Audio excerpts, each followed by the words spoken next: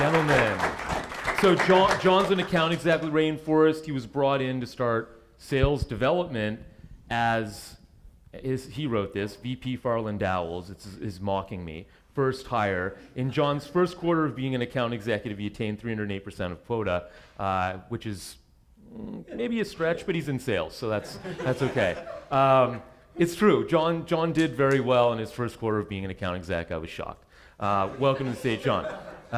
Kevin's a San Francisco native, University of Oregon grad who jumped from fringe medical sales, we won't unpack that tonight, in Portland back in San Francisco to work for a mobile analytics startup. Rainforest is his second startup. He's had the opportunity to transition from SDR to a closing role at each company with very different results. Wow, foreshadowing as well, planting the seed.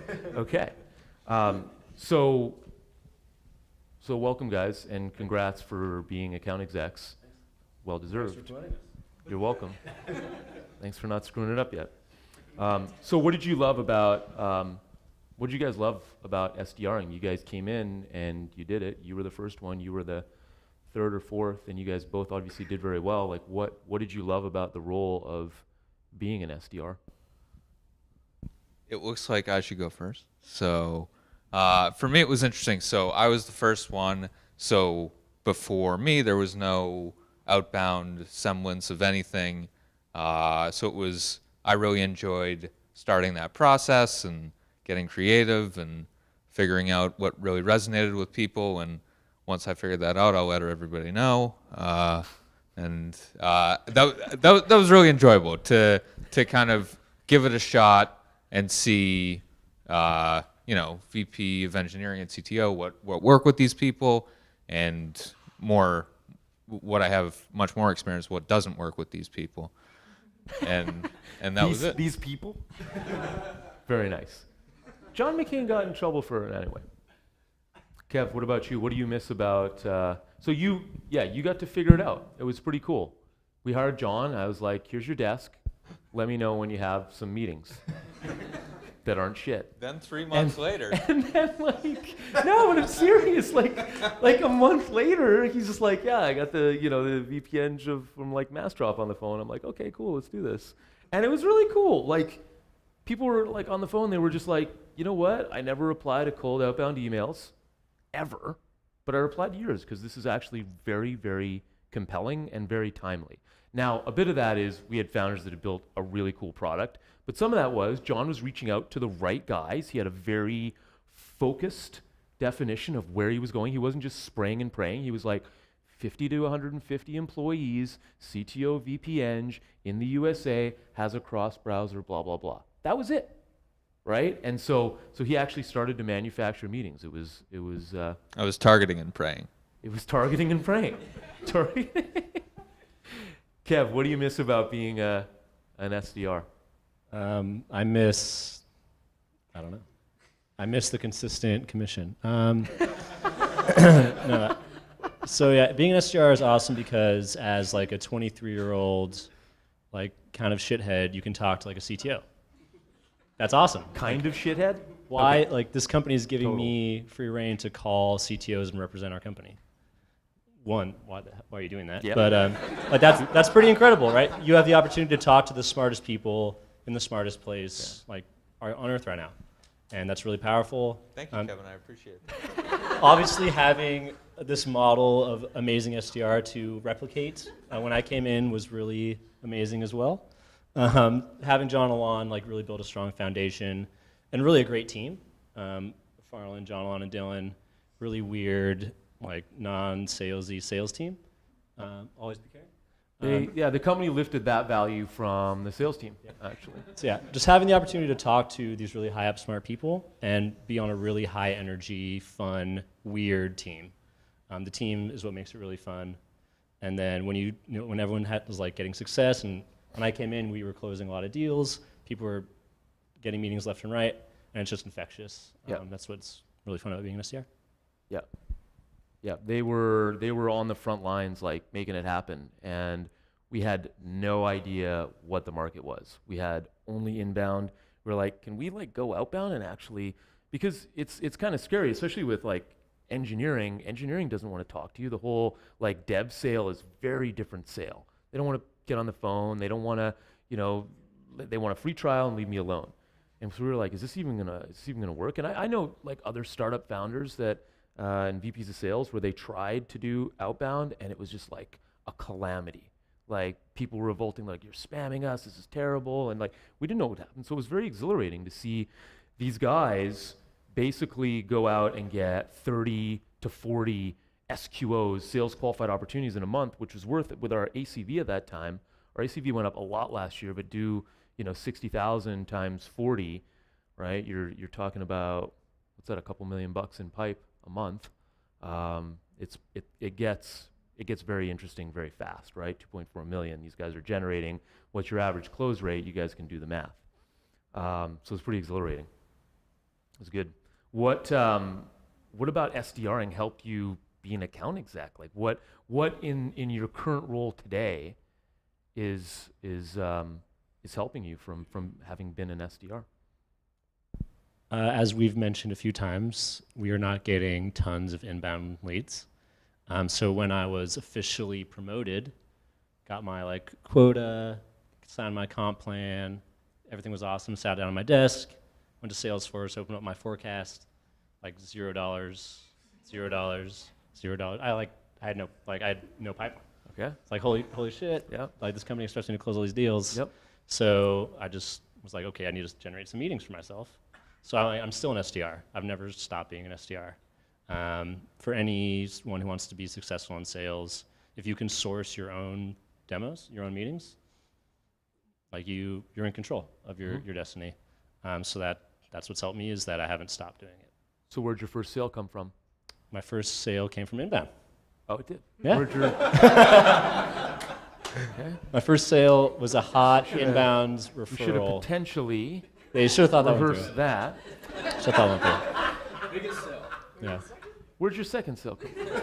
My second sale came from myself. Ah, no kidding. Fancy that, right? No kidding. Yeah. It was a big one too. Yeah, well, the first sale, funny enough, was an inbound referral, so a week later it was closed. I just was kind of like there to send the hello sign. A lot of hard work, a lot of blood, sweat, and tears. Yeah, all the blood, sweat, and tears. The Sell it second to- sell it to sale 'em. was about probably 4 months. 1 month was all red lines, back and forth in contract, which was fun. But yeah, it was like just being able to source your own stuff is awesome. So that's my take. Awesome, good take, hot take. Warm take. John? I could say the same exact thing because that was very important to me in my first quarter was also sourcing my own. But another thing I'd say is it's easy to get caught up in, oh, my quota is 12 or 15 meetings or whatever, and just do that and get tunnel vision. But at the same time, it's important to learn the product and all that fun stuff. Yeah. So You it's took the good answer. there's a. I thought you could have come up with something better. No, that was good. That was good. But that's actually a good point, right? So it's important to make sure that you've got some pipeline going into being an account exec, and you don't stop doing that. It's not like, oh, okay, cool, I'm an account exec now. Let the leads come to me, right? It's like, it's not going to happen. But you also have to balance that, like doing your job, hitting your quota as an SDR, building pipe, and then making sure you've got the product on lockdown. So how did you guys officially, like what was the gauntlet that you guys had to run to be anointed an account exec, right? It didn't just happen automatically. Like what were some of the things that you guys had to do? So I did the aforementioned feats of strength. I sat in a room with 8 or 9 of my closest peers and was eviscerated in every way possible. And I loved every second of it. Yeah, I did that and then had to then prove that I actually knew what I was talking about, and that was pretty much it. Okay. But what Talk to me, I'm Goose. gonna ask a follow-up question because how Sarah, do we have scared time for that? how scared were you when you first started closing deals? And this is really good for folks that aren't account execs yet, because it's kind of scary, right? Like how scared were you when you were like, holy shit, I'm gonna have to do a demo and they're gonna fire a bunch of gnarly questions at me of which I don't know and I'm probably gonna crash and burn. Like how did you How did you handle that? Like, what did you do in order to not crash and burn? Great question. Thank you. Proceed. What I did was, you know, I mean, Kevin will tell you the same thing. Your first couple are not going to be, they're not going to be Picassos, okay? So just like getting them out of your system and getting more comfortable, and the more confidence you have, confidence begets success. And so the more comfortable you get and confident you get in the pitch and answering the questions, and then you get more comfortable and confident. And I'm going to stop saying both of those words. What did you do? How'd you do that? How'd you get on the phone and start selling? I got on the phone. Yeah. I mean, you're not going to like have a good qualification call on your own until you have a good qualification call on your own. You're not going to be able to like run a demo on your own until you run a demo on your own. You just have to do it.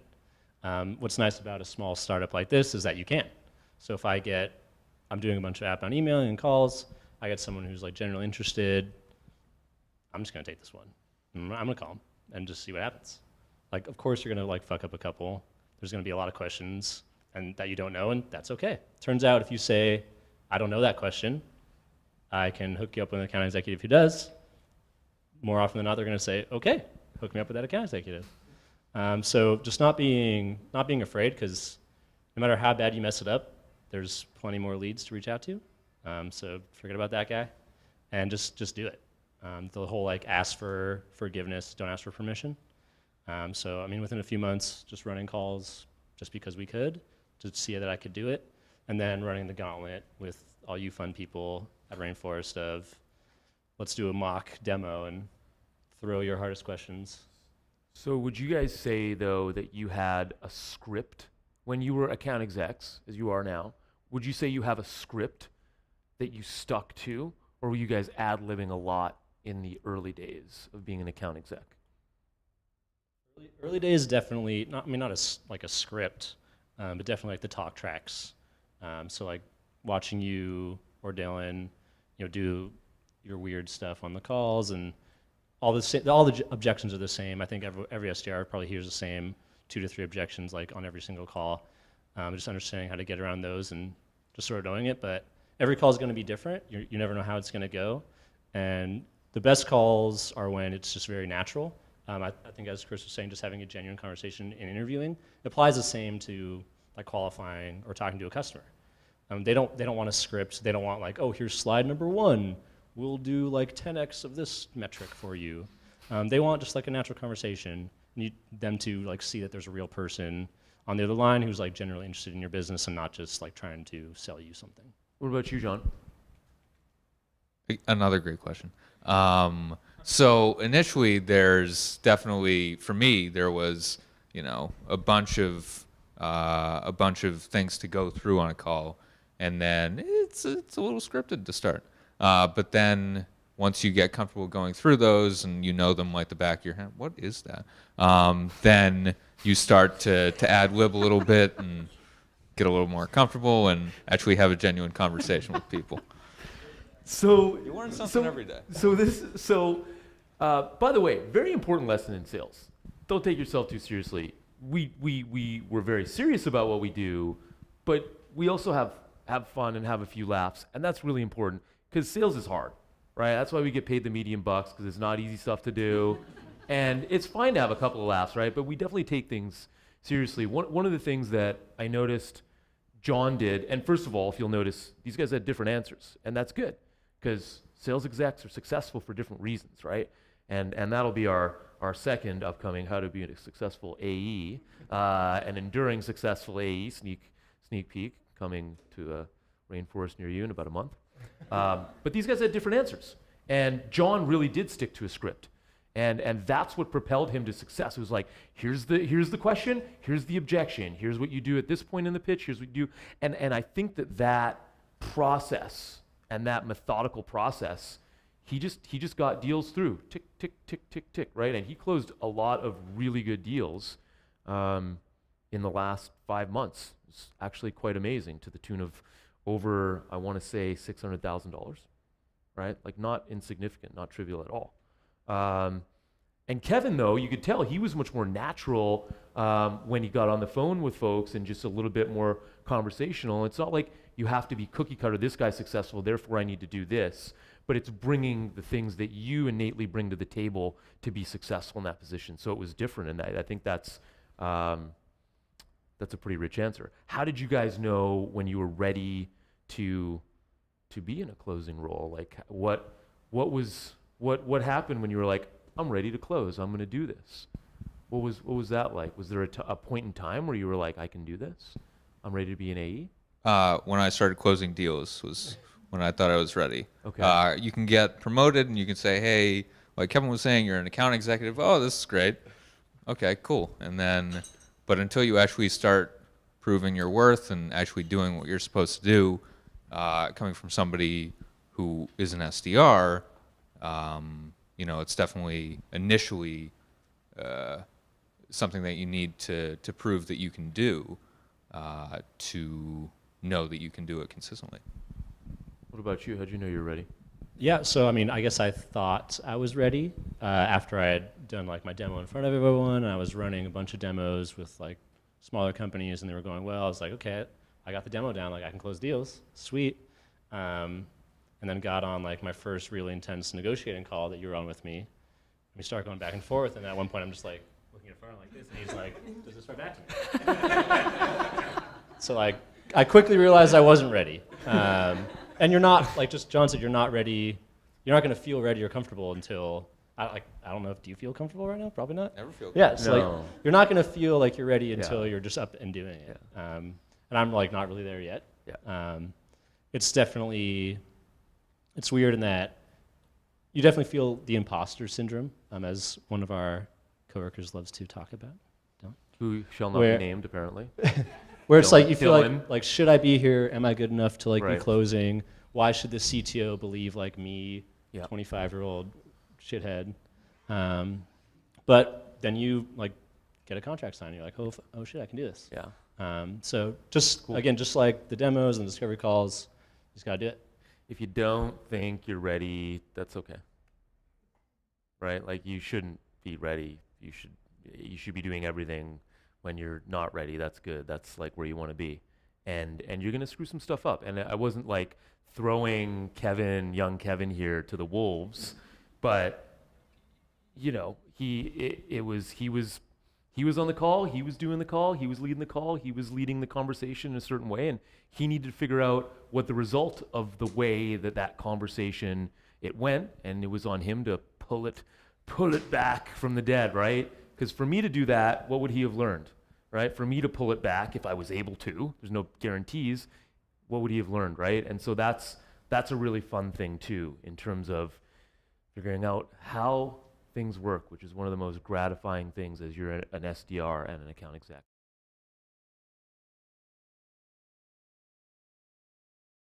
Well, I think, I mean, even as an SDR, you can at least see the back end of the process, right? Like, whenever we're like working on contracts or having these like negotiating calls or what have you, anyone can like listen in. It's something I definitely did. Like my first week, Farland was like talking to the Bleacher Report and like going over negotiating, or Dylan was closing like into it. It's like, hey Dylan, can I like see these red lines? Can I look over your email chain that you've been sending? Like you're about to close these guys, and I see what you've been doing.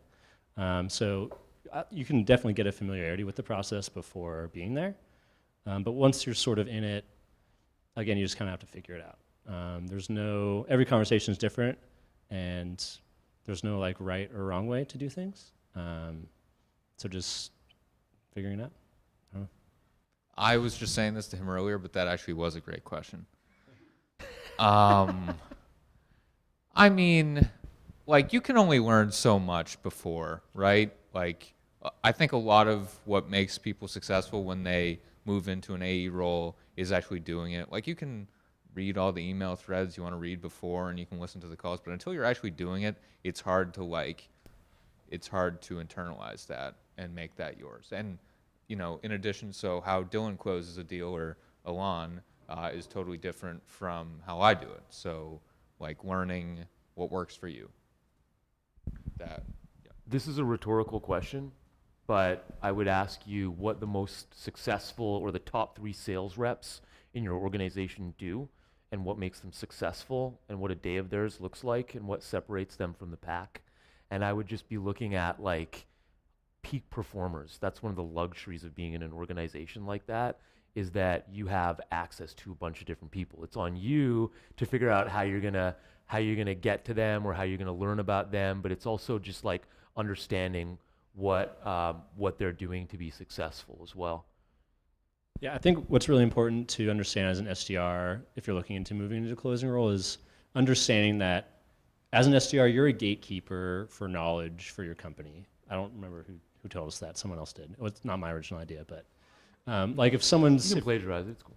Yeah, if you're like reaching outbound to someone, like you're reaching out to this person cold, and they come back to you with questions or objections or what have you, you then are in control.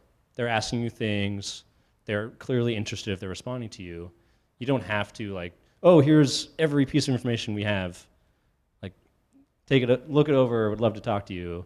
Thanks again for responding. So nice. Sorry I bugged you. Blah blah blah blah.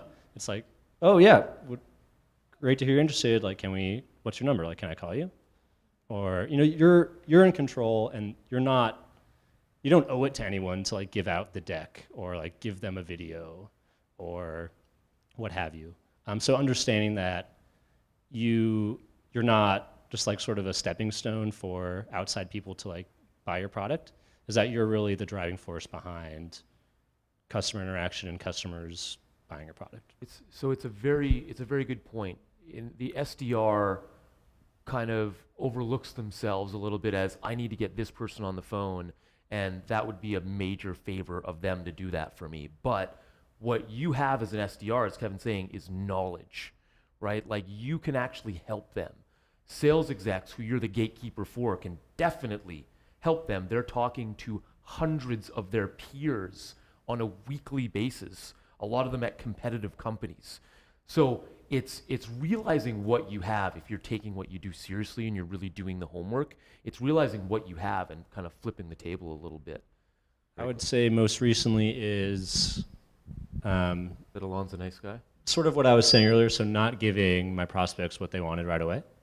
So like after a good demo call, when the prospect's like, oh, like I need like these pieces of information, like I didn't send it to them for like a week. And they were emailing me like, hey, can you send this stuff? I was like, oh yeah, here it is.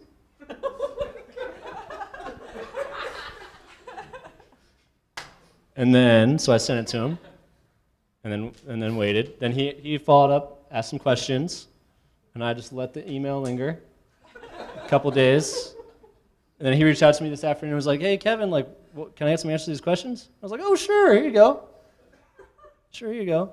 And he is, like, we've been, like, very engaged in email conversation, whereas many of my demos where I'm immediately after the call, like, thank you for talking to me, like, here's everything you asked for, like, would love to hear back from you, like, when you're ready, and then I never hear from them again. This was one instance where I did something different, and it is going okay so far. John, Kevin, thank you guys